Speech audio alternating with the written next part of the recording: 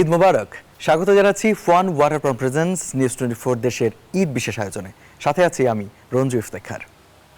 সমৃদ্ধির স্বর্ণদ্বার চট্টগ্রাম বন্দর।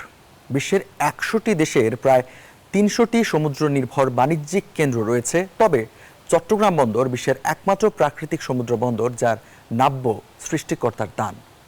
কর্ণফুলী নদীর তীরবর্তী এ বন্দর কেবল বাংলাদেশেরই নয়, বরং ভারত উপমহাদেশের জন্যও আশীর্বাদ স্বরূপ।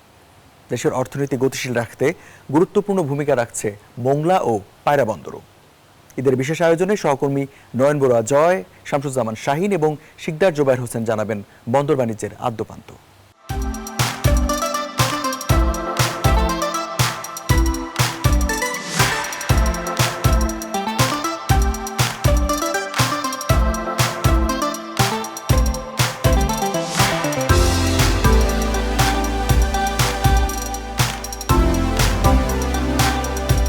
আমাদের রিজিওনাল কোঅপারেশনে আমাদের সেভেন সিস্টারের সাথে আমাদের এই বন্দর ব্যবহার করার একটা সুযোগ আসছে, সেটিও তো আমাদেরকে অ্যাড্রেস করতে হবে। সবকিছু মিলিয়ে আগে ইন্টারনাল বিজনেসই তো আসলে আমরা ঠিকমতো হ্যান্ডেল করতে পারছি না।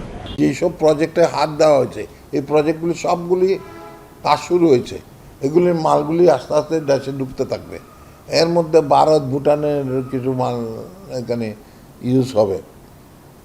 তো ওইগুলি তো আমাদের তো বাড়াতে হবে, এটা সুবিধা হবে না কেমনে। এগুলি যত তড়িৎ করা যাবে তত সুবিধা হবে।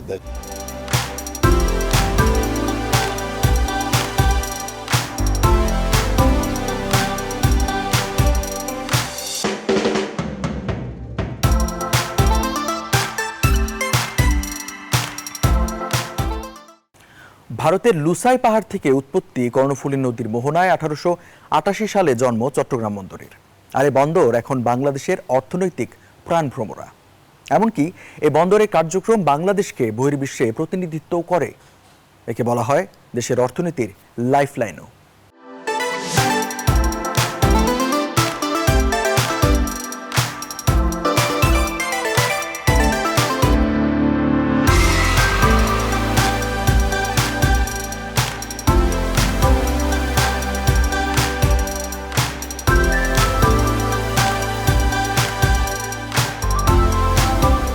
চট্টগ্রাম বন্দরের সক্ষমতা তো দিন দিন অনেক বৃদ্ধি হয়েছে। আপনারা জানেন যে নতুন কিছু ইকুইপমেন্ট সংযোজন হওয়ার ফলে চট্টগ্রাম সক্ষমতা অনেক বৃদ্ধি পেয়েছে।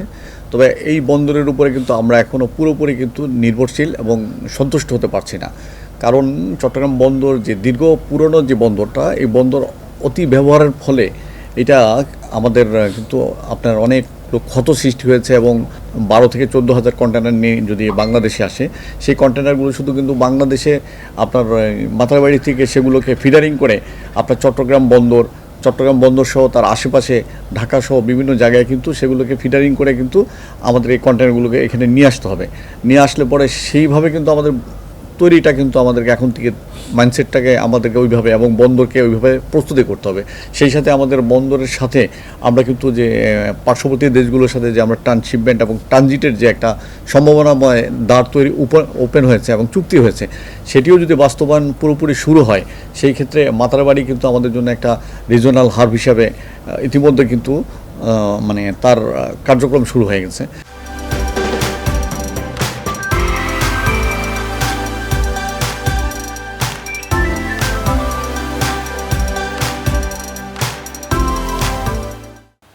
প্রাতিষ্ঠানিক কাঠামোয় পরিচালনাধীন চট্টগ্রাম বন্দর পার করছে 137 বছর। দেশের অর্থনৈতিক সমৃদ্ধির হিসাব কষলে দেখা যায় অর্থনীতিতে নিউক্লিয়াস হয়ে কাজ করছে এই বন্দর। আর এর অর্থনৈতিক গুরুত্বের কারণেই চট্টগ্রাম দেশের বাণিজ্যিক রাজধানীর মর্যাদা লাভ করেছে।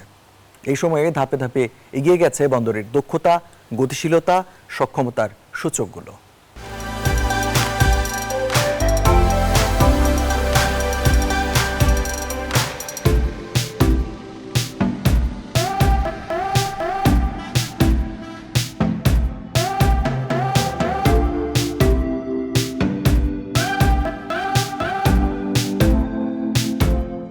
চট্টগ্রাম বন্দর হচ্ছে বাংলাদেশের প্রধান সামুদ্রিক বন্দর। আমরা টোটাল এক্সপোর্ট ইম্পোর্ট কার্গোর মধ্যে 92% চট্টগ্রাম বন্দর এককভাবে হ্যান্ডেল করে।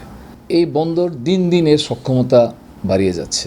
1977 সালে 6টা কন্টেনার দিয়ে আমরা কন্টেনার ট্রেডের যাত্রা শুরু করেছিলাম। এখন আমরা বছরে প্রায় 3.2 মিলিয়ন কন্টেনার হ্যান্ডেল করছি এবং আমাদের রেগুলার গ্রোথ 10-12% মতো। চট্টগ্রাম বন্দরের যে মান্থলি বা ইয়ারলি যে ইনকাম, সেটা দিয়ে বন্দরের যাবতীয় যে সম্প্রসারণের যে কাজ, বন্দরের যেটি ফ্যাসিলিটিস বাড়ানোর যে কাজ, সবই বন্দরের ফান্ডে, নিজস্ব ফান্ডে আমরা করে থাকি।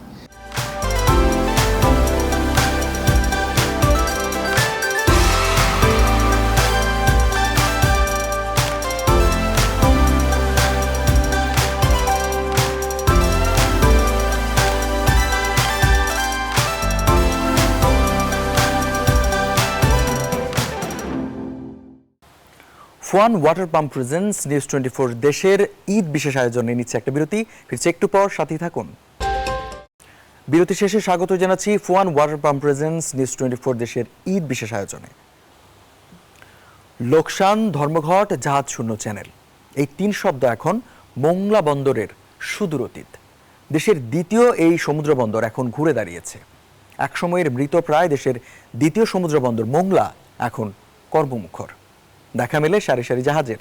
1950 সালের 1 ডিসেম্বর দেশের দ্বিতীয় সামুদ্রিক বন্দর হিসেবে যাত্রা শুরু করা এই বন্দরে এখন পণ্যবাহী জাহাজ আগমনে নতুন রেকর্ড সৃষ্টি হচ্ছে। এমনকি নামি দামি গাড়ি আমদানিতে চট্টগ্রাম বন্দরকেও পেছনে ফেলেছে পশুর নদীতে গড়ে ওঠা এই বন্দরটি।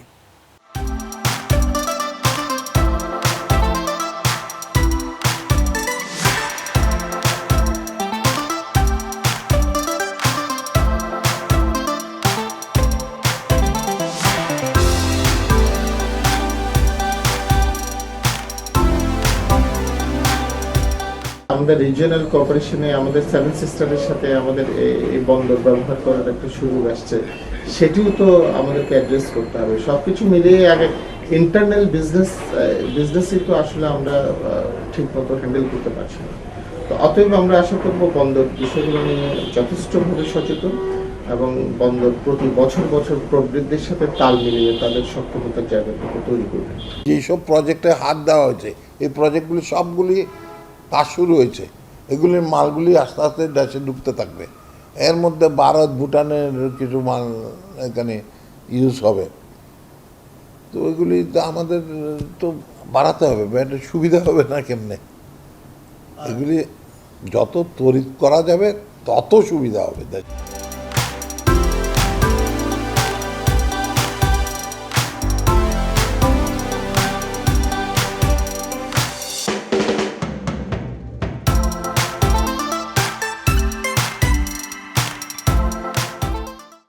পাট ও পাটজাত পণ্যের রপ্তানি নির্ভরতায় গড়ে ওঠা মোংলা বন্দরটি মূলত 2019 সালে পোশাক রপ্তানির মাধ্যমে বাকবদল হয়। এরপর মোংলা বন্দরের গুরুত্ব বাড়তে থাকে দেশের বাইরেও। ভারতের 7 সিস্টার্স ও নেপাল এবং ভুটানের ট্রানজিট বন্দর হিসেবে নিজের গুরুত্বপূর্ণ অবস্থান জানান দিয়েছে মোংলা। পাশাপাশি বিদেশিদের নিয়ে বন্দরে ভিড়ছে প্রমত্ত।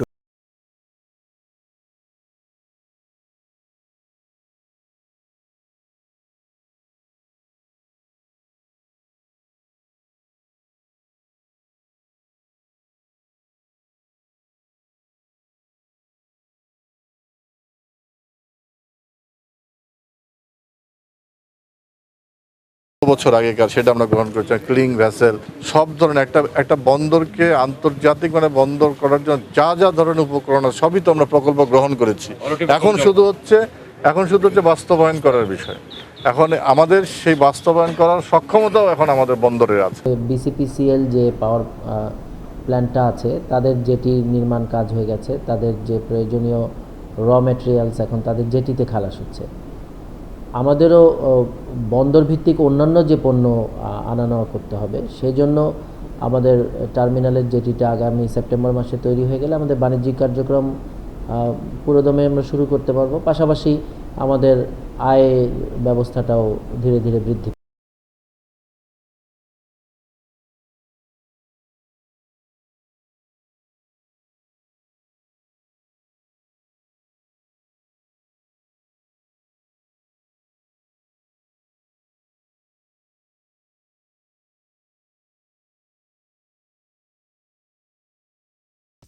পদ্মা সেতু চালুর পর আমদানি রপ্তানি বৃদ্ধির বিষয়টি মাথায় রেখে বন্দরের সক্ষমতা বাড়ানোর কাজ শুরু করে মংলা বন্দর কর্তৃপক্ষ। বর্তমানে বন্দরে বছরে ১,৫০০ জাহাজ এবং প্রায় ১ লাখ কন্টেইনার হ্যান্ডেলিংয়ের সক্ষমতা রয়েছে। ২০২৫ সাল নাগাদ বন্দরে ৮ লাখ কন্টেইনার ওঠানো নামানোর সক্ষমতা তৈরির পরিকল্পনা করছে কর্তৃপক্ষ।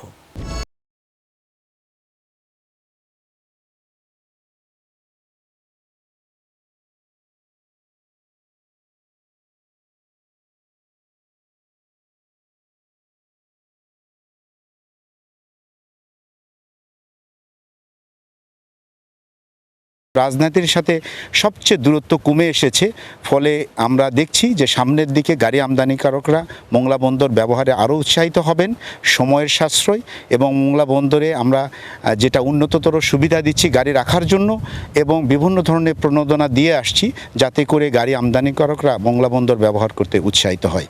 এর ফলে আমরা শুধু গাড়ি না, গাড়ি ব্যতীত আমরা অন্যান্য পণ্যের ক্ষেত্রেও, বিশেষ করে আমাদের আরএমজি সেক্টরের যে এক্সপোর্ট হয় এটার ক্ষেত্রে আমরা বিপুল একটি সম্ভাবনা দেখতে পাচ্ছি। গার্মেন্টস ফ্যাক্টরি এখানে হতে গেলে এয়ারপোর্টটা দরকার, এয়ারপোর্ট অত্যন্ত প্রয়োজন। আর তাছাড়া আরেকটা বিষয় আছে, এই জেটির নাব্যতা বাড়ানো দরকার, কারণ ৭ মিটার নাব্যতায় জাহাজগুলি এখানে এসে পুরো মাল নিতে পারে না, জাহাজগুলো অর্ধেক মাল নিয়ে চলে যায়। সেই জন্য জেটির নাব্যতা বাড়ানো দরকার এবং বিমানবন্দর দরকার। এই দুটো হলে তখন অবশ্যই গার্মেন্টস শিল্পের দিকে ধাবিত হবে।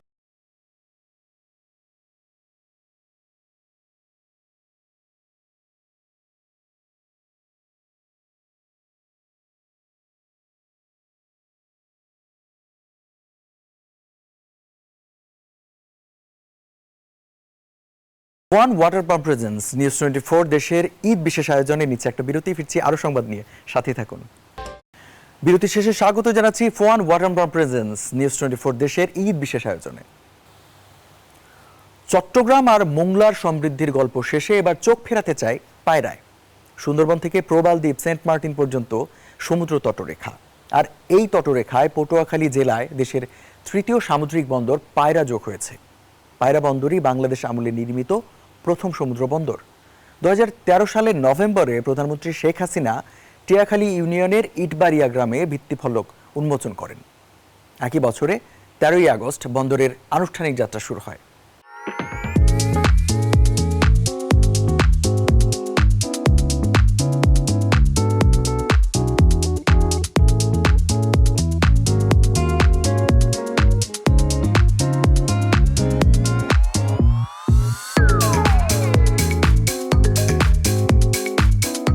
পায়রা বন্দরকে ঘিরে কিন্তু আমাদের অনেক স্বপ্ন। দক্ষিণ বেল্টের পায়রা বন্দরকে ঘিরে যেমনি আমাদের হয়েছে তাপবিদ্যুৎ কেন্দ্রগুলো, তো একটা হয়নি, কয়েকটাই হয়েছে আপনারা জানেন। এই তাপবিদ্যুৎ কেন্দ্রের কারণে কিন্তু আমাদের এই অঞ্চলে আবার শিল্প বাণিজ্য এলাকাও গড়ে উঠবে। সবাই কিন্তু জায়গা জমি অনেকেই কিনেছে এবং অনেক ইনভেস্টররা এখানে আসতেছে। আর এখানে কুয়াকাটা বেস, যেহেতু পায়রা বন্দর, এখানে রেল স্টেশনটাও চলে আসতেছে। রেলের সার্ভিস যখন চলে আসবে, আর একটা যদি বিমানবন্দরের কথা শুনেছি, ওটা যদি হয়ে যায় তাহলে আমাদের পায়রা বন্দর হবে একদম পূর্ণাঙ্গ পায়রা বন্দর। এবং এখানে দেশি বিদেশি অনেক বিনিয়োগকারীরা আমাদের এই পায়রা বন্দরে চলে আসবে।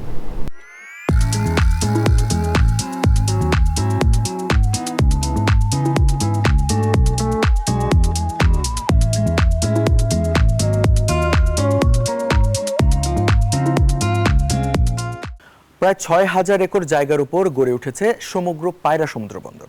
এই বন্দরে তৈরি হচ্ছে কন্টেইনার, বাল্ক, সাধারণ কার্গো, এলএনজি, পেট্রোলিয়াম ও যাত্রী টার্মিনাল।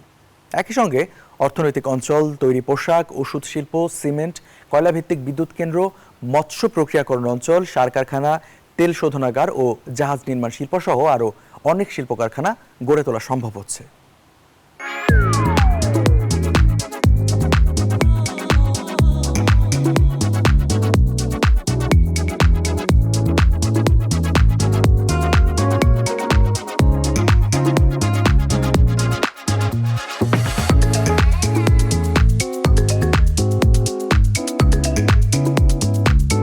পায়রা পোর্ট থেকে পদ্মা সেতু হয়ে বাংলাদেশের সর্বত্র যাওয়ার জন্য যে অঙ্গীকার, মাননীয় প্রধানমন্ত্রী 2013-তে পায়রা পোর্টের উদ্বোধন ভিত্তিপ্রস্তর করেন।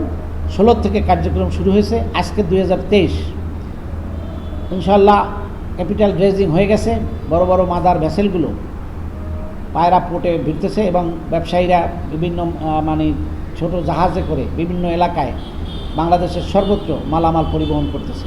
কল্পনা থেকে আমাদের এই পায়রা বন্দর যদি স্টার্ট হয় তাহলে আমাদের অঞ্চলে একদিকে কর্মসংস্থান বাড়বে, অন্যদিকে দেশি বিদেশি বিনিয়োগ বাড়বে এবং এই অঞ্চল বিনিয়োগের অনেক সম্ভাবনাময় হবে এবং এই পায়রা বন্দর কেন্দ্রিক হলে এই অঞ্চল অর্থনীতিতে বিশাল বেগবান হবে এবং এই পায়রা বন্দর কেন্দ্রিক এই অঞ্চলে বিভিন্ন ডিস্ট্রিক্টে আমরা কম টাকায় বিভিন্ন জেলায় আমরা মাল পরিবহন করতে পারবো এবং এই পায়রা বন্দর এই অঞ্চলের জন্য বিশাল একটা অর্থনীতি সম্ভাবনা হয়ে উঠবে।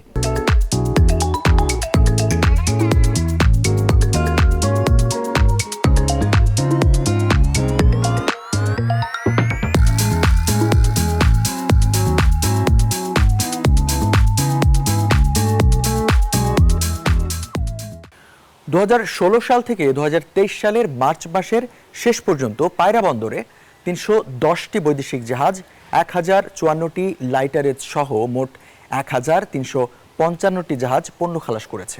পায়রা বন্দরে গত 2 বছরে 516 কোটি টাকারও বেশি রাজস্ব আয় হয়েছে। এ সময় 185টি বিদেশি জাহাজ ভিড়েছে এই বন্দরে। মধ্যে 2021 সালের তুলনায় 2022 সালে 128 গুণ বেশি রাজস্ব আদায় হচ্ছে।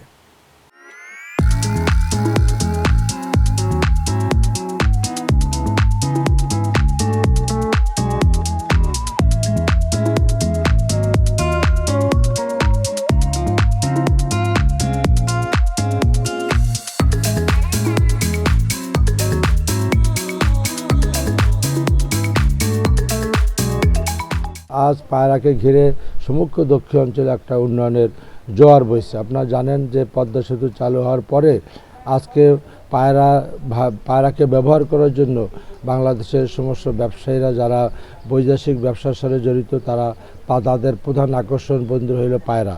আপনারা জানেন যে পাশে শেরেবাংলা নৌঘাটি হবে এবং এটা বাংলাদেশের প্রথম ত্রিমাত্রিক নৌঘাটি এবং একটা বিশাল অঞ্চল জুড়ে এই নৌঘাটি প্রায় সমাপ্তির পথে।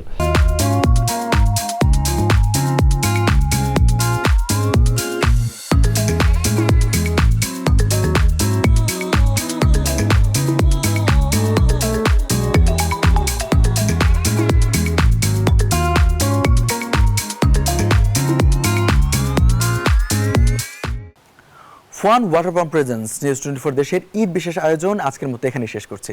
নতুন গল্পে দেখা হচ্ছে আগামীকাল। সেই পর্যন্ত ভালো থাকুন, সুস্থ থাকুন। আল্লাহ হাফেজ।